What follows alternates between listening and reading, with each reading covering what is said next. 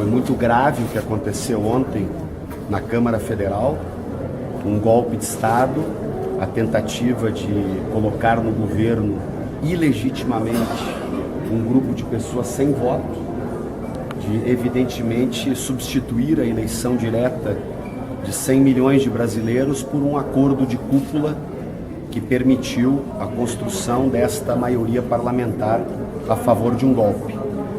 Esta disputa está numa fase em pleno andamento.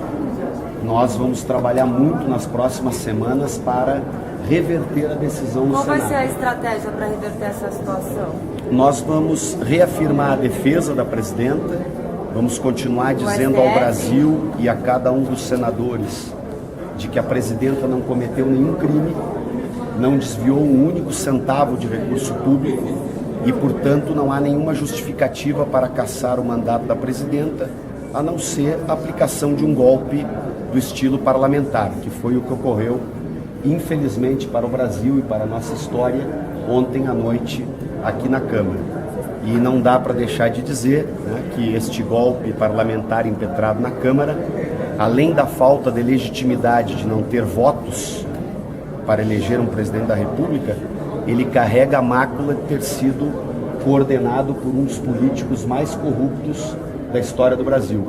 Eu ouvi muitas falas falando em combate à corrupção, mas o golpe que foi votado ontem aqui é para proteger corruptos, não para combater a corrupção. O golpe votado aqui ontem tem como um dos objetivos um acordo de cúpula para proteger corruptos de investigações que estão em curso, que a presidenta Dilma sempre apoiou e continuará apoiando, e que, obviamente, alguns dos deputados viram em Eduardo Cunha e em Temer uma possibilidade de acordo para progressivamente obstruir as investigações sobre corrupção que estão muito perto deles. O grande líder deste movimento é o próprio Eduardo Cunha, que já é réu no Supremo por 10-0, ele já é réu no Supremo por 10-0, está postergando o seu julgamento na Comissão de Ética, atendendo a pergunta da jornalista que me faz.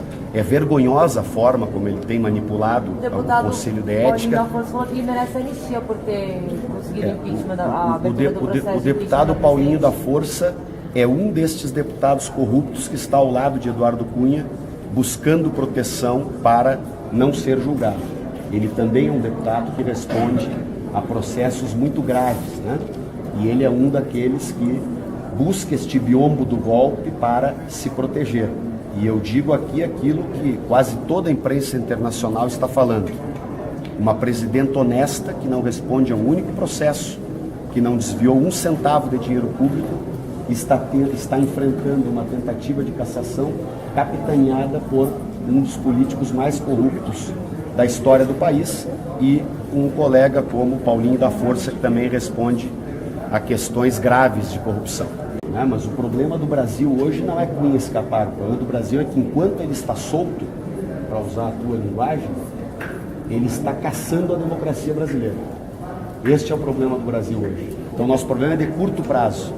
E eu quero pedir para a sociedade que fique firme, os professores, intelectuais, artistas, juristas, a sociedade brasileira, onde cresce o apoio ao não impeachment, onde cresce a resistência ao golpe, onde cresce a defesa da democracia, que ela siga mobilizada. Tenha certeza que os seus líderes, como eu e tantos outros, estaremos aqui lutando dia a dia para impedir este golpe. E nós temos agora 4 semanas para mobilizar, para pressionar os senadores, para evitar que o golpe seja aprovado no Senado Federal. Quero combater, quando for para combater a corrupção na política, e é muito importante combatê-la, combater a corrupção que ocorre em todos os partidos, e não gritar de forma fanática, de forma a disseminar o ódio, a intolerância, como alguns gritavam dentro do parlamento brasileiro ontem, fora PT. O problema do Brasil não é colocar o PT fora.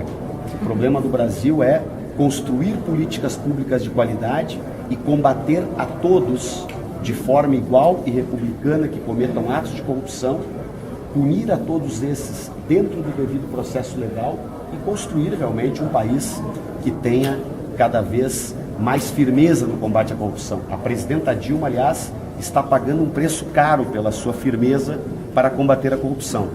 Se ela tivesse aceito, e ela jamais aceitaria, o acordo proposto por Eduardo Cunha, ela não teria sido caçada de maneira vil, como foi caçada ontem, com muita hipocrisia da parte aqui de muitos parlamentares. Mas nós estamos muito firmes, e a presidenta também. A presidenta está muito serena, consciente de seu papel, está governando o país, tomando as atitudes que tem que tomar e vai continuar apresentando a sua defesa, e nós temos convicção de que podemos reverter este golpe. Eu vejo hoje Michel Temer anunciando ministros. Ele não é presidente da República. Ele não tem legitimidade para governar o país. Ele, se concorresse a uma eleição direta, ele não faria 1% dos votos. Então é uma hipocrisia alguém dizer que Michel Temer tem condições de unificar o Brasil. Um eventual governo ilegítimo de Michel Temer e Eduardo Cunha de vice-presidente só pode dividir o Brasil, prejudicar a economia brasileira, instabilizar a democracia do nosso país e prejudicar a vida de milhões de brasileiros. O sistema político brasileiro nos ofereceu como presidente da Câmara Federal do Brasil um dos políticos mais corruptos que a história do país conheceu, que é Eduardo Cunha. O que é uma solução de fato estrutural que eu entendo que nós devemos perseguir no Brasil? Nós precisamos passar a defender e trabalhar por uma constituinte exclusiva para mudar profundamente o sistema político do nosso país, para permitir uma profunda reforma política no Brasil. E por que uma constituinte exclusiva? Porque os deputados que estão aqui eleitos já demonstraram que não querem reformar o sistema político do país. Então nós precisamos eleger, através de eleições livres e diretas, evidentemente, um grupo de brasileiros que possa, em mandato exclusivo de 1 ano, estruturar um novo sistema político e eleitoral para o nosso país. Fazer uma profunda reforma política que possa entrar em vigor nas eleições gerais de 2018. O que poderia ser um calendário como esse, por exemplo? Nós podemos eleger estes constituintes junto com, no início do ano que vem, por exemplo, em março, podemos garantir a eles um mandato de 1 ano para votar uma nova lei eleitoral, um novo sistema político, e esta lei votada por esses constituintes, na minha visão, deve ser chancelada pelo povo brasileiro através de um referendo e entrar em vigor para as eleições gerais, todas estas mudanças entrarem em vigor para as eleições gerais de 2018. Esta é uma das ideias centrais, na minha opinião, para que nós possamos tirar desta profunda crise uma mudança estrutural que melhore a democracia brasileira para o futuro e que garanta governabilidade melhor e de mais qualidade para qualquer que seja o presidente eleito nas eleições gerais de 2018. Porque nenhum presidente, qualquer um dos brasileiros que está nos ouvindo ou assistindo, que virasse presidente da República nesse sistema político atual, enfrentaria as mesmas dificuldades de governabilidade que a presidenta Dilma está enfrentando. Então nós temos que mudar o sistema político e, dentre outras mudanças estruturais, manter esta que foi feita pelo Supremo Tribunal Federal, retirar todo o dinheiro de empresas do financiamento da democracia brasileira.